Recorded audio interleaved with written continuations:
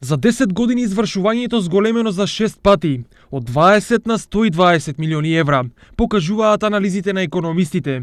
Според нивните истражувања во 2006 година, извршителите наплатиле 20,2 милиони евра, а во 2016 година, сумата која тие ја зеле од народот изнесува 118,9 милиони евра. Ова е алармантен пораст на присилната наплата, што од економски аспект секако не е добра. Тоа значи дека се зголемуваат извршни предмети, односно се зголемуваат предметите во кои на населението, па и правните лица се јавуваат како должници кон одредени субјекти, и тоа значи дека преку наплатата на извршителите се зголемуваат и трошоците кои што населението ги плаќа.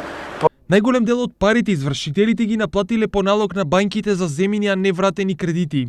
Покрај ова, извршители најмногу наплаќаат долгови за неподмирени комуналии, алиментации и неисполнети купопродажни договори. Причините за ова секако се резултат на слабата економска моќ на граѓаните, кои едноставно немаат пари за да си ги покријат трошоците. Па немаат пари, од кај ќе плате, нема динар да. Мали примања, дужни. Сиромаштија да не гледаш. Мали се многу и пензиите и платите. Треба тие да се оттргнат извршители. Има како порано што беше, има си суд. Па многу зимат овие камати, мавати, тоа е чудо. Од друга страна, сиромашна ни е и државата, па луксусот личен банкрот и преземање на долговите на граѓаните или не може или не сака да си го преземе.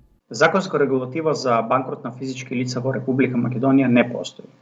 Таква законска регулатива постои во развиените држави на европскиот континент, понатаму постои во Соединетите американски држави, Австралија, Канада.